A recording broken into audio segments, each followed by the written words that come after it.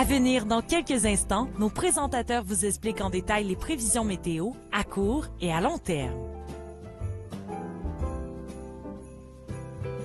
28 décembre, ici Joanie Charon de Météo Média. Voici ce que l'on prévoit dans les prochaines heures. Il y a 2 systèmes qui vont se succéder en fin de semaine, mais c'est surtout de la bruine verglaçante qui est à surveiller au cours de la nuit avec des bandes là, qui s'étirent jusqu'en dans le sud du Québec de façon isolée. Donc les routes pourraient être glissantes, là, surtout le long du fleuve. Le système va progresser ensuite vers la capitale nationale cette nuit, où il pourrait là, perturber la région jusqu'en après-midi dimanche. C'est la première nuit où il n'y a pas de température sous les -10, alors c'est confortable, mais pas idéal, bien sûr, avec la présence du verglas. Il y a un risque de brouillard aussi sur l'ouest de la province, Montréal et Sherbrooke. Demain, le système va basculer en pluie. On sera au-dessus du point de congélation. La glace pourrait fondre, évidemment, à plusieurs endroits. Alors, c'est pas très hivernal comme système.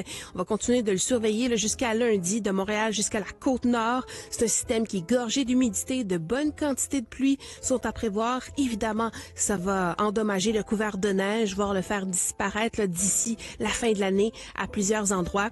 Retour du froid avec la baisse du vortex polaire, là, donc retour de la neige s'il y avait à avoir des systèmes là, pour le début de l'année 2025.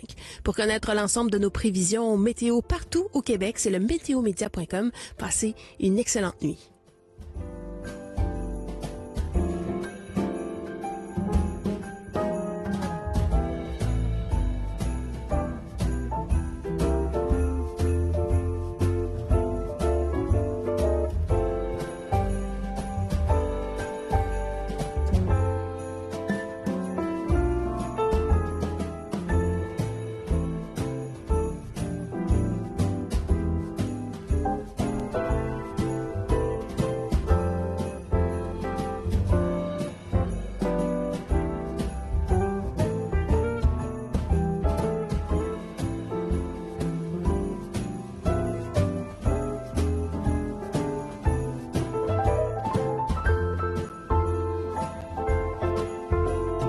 À venir dans quelques instants, nos créateurs de contenu météo vous expliquent en détail les prévisions à court et à long terme.